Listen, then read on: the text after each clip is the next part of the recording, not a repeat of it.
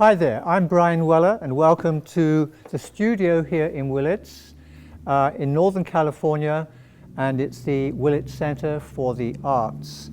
Welcome to this webinar. This is from Genius Mastery, Think Like Da Vinci Online, and the Masters of Mind Mapping. So in this short video, I'm going to present to you and demonstrate two very powerful applications of mind mapping. One is how to take a whole book or a whole topic, a whole subject, and deconstruct it and then create a map such that we can understand the content and also impress it and imprint it in our short and long-term memory. And secondly, another powerful application is to use a mind map as a presentation aid in order to present to a group of people, for example. One of the benefits of this application or use of mind mapping is for students who are doing study, particularly when they're studying online as well as in class. And now with the COVID condition, learning and studying online is very, very, very important. And so some of the things I'm going to show you today, some of the techniques, and the rest of the webinar has direct relevance to that. Of course, it's valuable for teachers as well. Mind mapping is a very powerful Da Vinci thinking tool for teachers and business professionals. So let's take a look then at what I'm going to show you. This is Michael Gelb's international best-selling book, How to Think Like Leonardo Da Vinci, 7 Steps to Genius Every Day. This sold in 24 countries, and I decided, with Michael's help and support, to deconstruct this whole book on Da Vinci and then create a mind map from it. The method of doing this is when you're looking at an entire book or an entire text, it's a lot of information. So the process we use in advanced learning skills and study skills is basically to look at the structure of the book. And if you remember, or maybe you should know, that memory and remembering is about structure. Member means structure, as in the structure of a building. Re obviously means back, to structure back. So how we get the structure of the information and then put the content in that structure. And what we do basically is to look at obviously the table of contents, the sections of the book, and then we do a quick sort of flyover of the whole book from beginning to end, looking for all the key areas of information, a bit like flying over a topography, which is of course how we make maps anyway, cartography, and then look at the high points, the low points, where the cities are, the major roads and so on. In fact, if you look at a city from the air, it's a bit like a neuron in the brain. And mind maps, in a sense, mirror the structure of how the brain takes data in and records it and stores it. And we're going to do that with this entire book. So let's take a look at the book and in the context of the mind map. So here we have it. Now, as you can see, this is a rather large mind map. This is 9 feet long by 3.5 feet high. Ordinarily, we don't have to make maps as big as this, but as a presentation tool, I think they're particularly useful. So, as we know from mind mapping so far, we always start in the center with a strong image, and I've used the cover of Michael's book here. And then if you look at the structure of the information, it's arrayed in a sort of radial way, and we have the introduction here, the conclusion, and then a major section of the book is looking at the Renaissance, then and now. That gives us a context for using Da Vinci to inspire us today. And then, of course, there's a whole stream of information about the life of Leonardo da Vinci. The heart of the book, the core of the book, are the 7 Da Vinci principles. And these are the principles which then bring the genius of Da Vinci into your own genius, so you can then model how Da Vinci learned and studied, etc. So we have those 7 over here, which we'll go into briefly.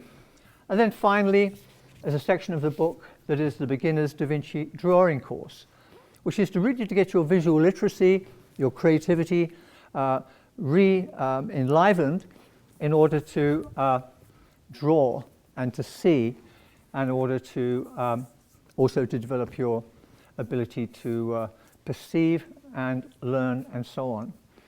So very briefly, I'm going to take you through a little tour of the book, and then I'm going to come back and we'll look at some of the techniques that I've used, and then we'll take a third little section, some of the tools of the trade. In other words, some of the tools I use for mind mapping, so that you have some kind of context in order to get your own mind mapping underway.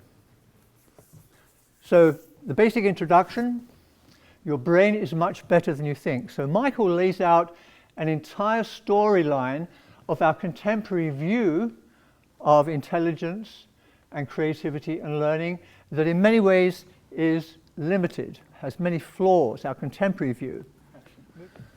So looking to the work of Howard Gardner, who wrote the book Frames of Mind, and he's given us 7 multiple intelligences, which is a very different kind of understanding of the multiple intelligence ability of the brain.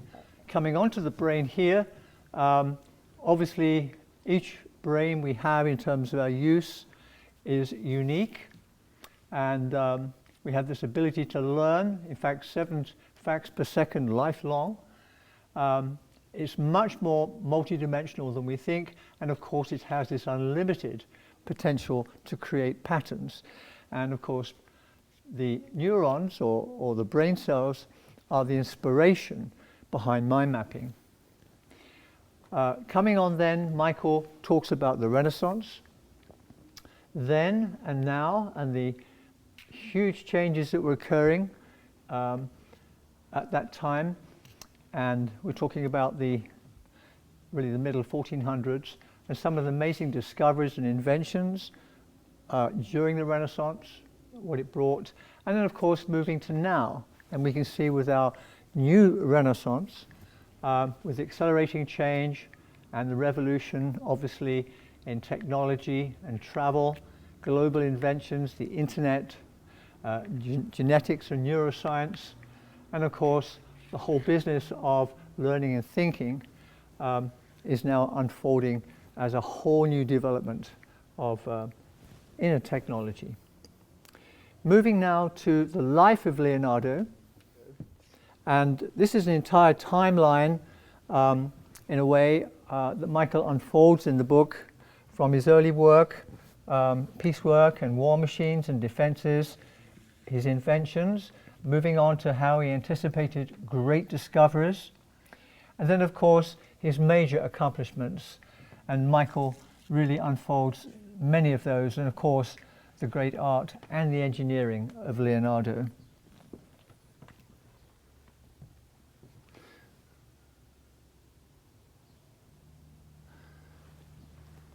Moving on now to the 7 principles, very briefly. These are the 7, and they're really the heart of Michael's book. And I'll just focus on one here, Arte Scienza, and this is really about developing the balance between science and art, logic, imagination, in fact whole brain thinking. And mind mapping, which we're featuring today, we could say is the ultimate Da Vinci thinking tool. And again in the book, Michael unfolds some of the core rules of mind mapping, which are covered in this webinar, and also some of the uses here. Moving on now, looking at the techniques I've used. Obviously, some color to give some sense of landscape here, just a sense of that. I've used different kinds of line and different dynamics of line and color to give a sense of the emotion behind each of these principles and throughout the map. And of course the book is dedicated to the man Charles Dent. Here's a photograph of Charles here, who 500 years after the original clay model of Leonardo's horse was destroyed, Charles Dent, the visionary, and the benefactor was responsible for the creation of Il Cavillo, Leonardo's horse, and unfortunately he died before the project was completed. So I've used a number of different techniques, as you can see.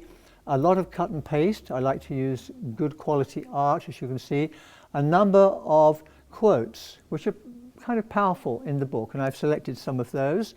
And of course, a lot of the linkages between different parts of the mind map. The use of outlines, color and coding, and the whole sweep of the map is really to, again, give a sense of the whole book and to enliven the understanding of it. And one last point about mind mapping entire books is that the process of mind mapping is a genius way of imprinting the content of the information into your mind and into your memory. So, looking to the tools of mind mapping, this is an array of some of the tools I use. I use pastels, obviously the use of color pens, and these are particularly a good color pen. They have what's called a brush pen. These are Tombos, a brush at one end and a fine point at the other. So I love to use these. Obviously the use of good color pencils as well, and there's a whole array of different kinds of pens I use. I'm particularly keen of German pens, and the Staedtler and the Faber-Castell are some of my favorite makes of pen and color. Obviously, when making a wash, I'm going to be using a good paper towel to get the effect I need, and then remembering, of course, to basically cover the pastel afterwards, and so that it's fixed. So the use of fixative, and yeah, and that's pretty much it. It's good to spend money and spend quality time on getting the right materials, pens and paper and so on. So thank you for spending time with me during this webinar. It's been a pleasure and a privilege to show you one of my mind maps and some of the tools and techniques I use. And just remember to have productive fun. The whole brain and your whole brain and mind will thank you for it. And of course, release your genius. And mind mapping is one of the classic ways to do that.